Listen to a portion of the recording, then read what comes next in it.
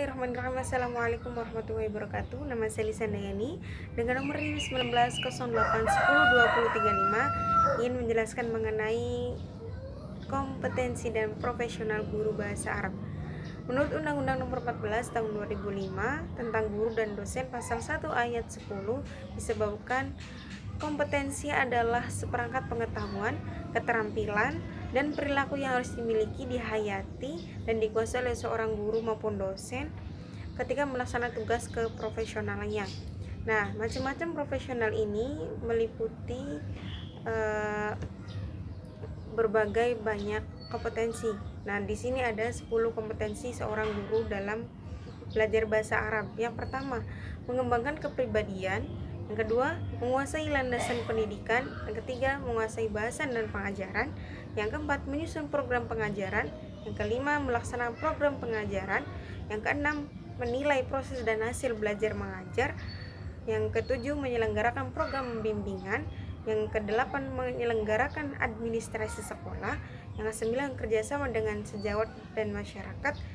Yang ke-10, menyelenggarakan penelitian sederhana untuk keperluan pengajaran.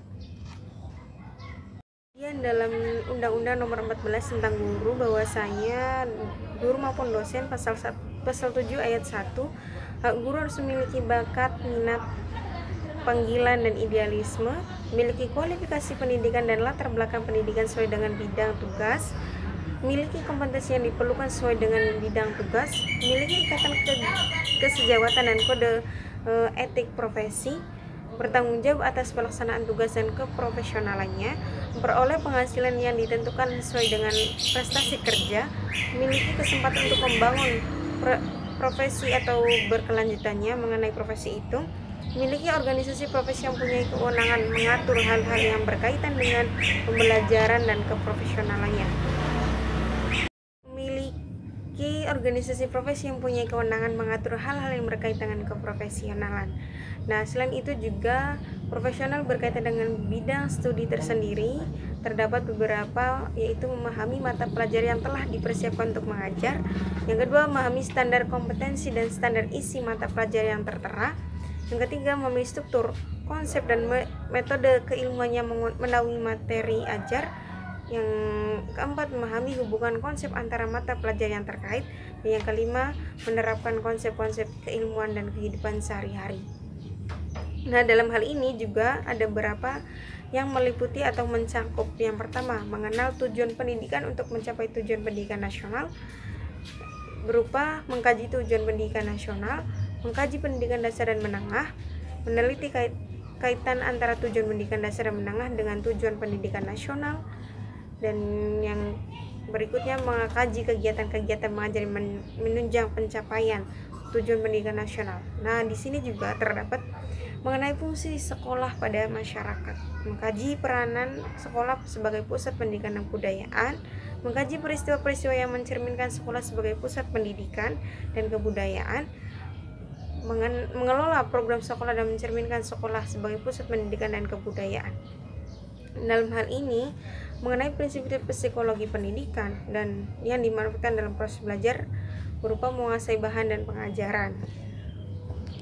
Secara lebih khususnya lagi mengenai kompetensi profesional guru dapat dijabarkan sebagai berikut. Yang pertama, memahami standar nasional pendidikan yang meliputi standar isi, standar proses, standar kompetensi kelulusan, standar sarana dan prasarana, standar pengelolaan, standar pembiayaan, dan standar penelitian pendidikan.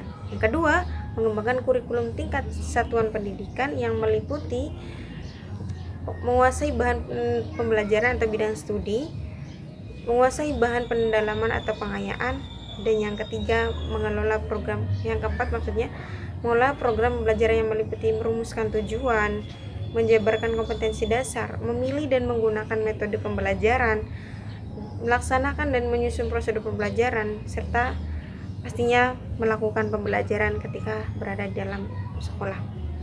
Yang berikutnya, mengelola kelas yang meliputi mengatur tata ruang kelas untuk pembelajaran, menciptakan iklim pembelajaran yang kondusif atau nyaman untuk dipakai belajar. Berikutnya yaitu menggunakan media dan sumber pembelajaran yang meliputi memilih dan menggunakan media pembelajaran, membuat alat-alat pembelajaran, menggunakan dan mengolah laboratorium dalam rangka pembelajaran, mengembangkan laboratorium, menggunakan perpustakaan dan pembelajaran, menggunakan lingkungan sebagai sumber pembelajaran.